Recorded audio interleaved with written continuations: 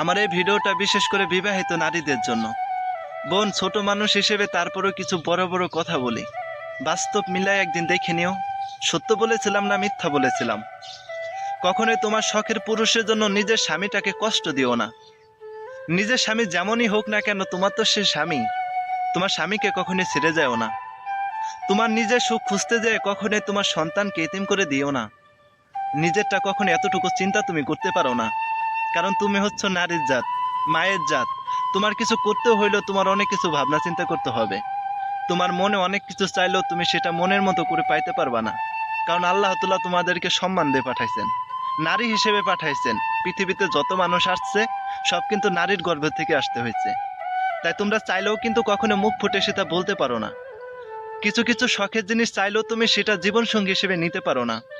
তাই তোমার শখের পুরুষের জন্য কখনোই তোমার স্বামীকে কষ্ট দিও না, আল্লাহ তাআলা বেরাজি হয়ে যাবে।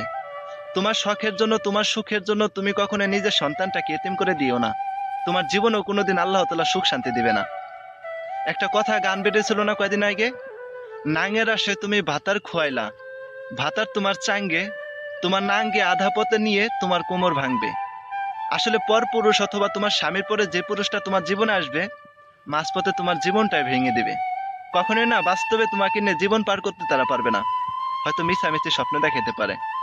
তাই নিজের লাইফটা কখনো নষ্ট করো না, একটা সুখের সংসার কখনো নষ্ট করো না। যেখানে আছো সেখান থেকে ফেরত আইসো, হয়তো জীবন অনেক কিছু করতে পারবা, নিজের জীবনটা সাজিয়ে গুছিয়ে তুলতে পারবা, তাছাড়া পারবা না। আমার এই ভিডিওটা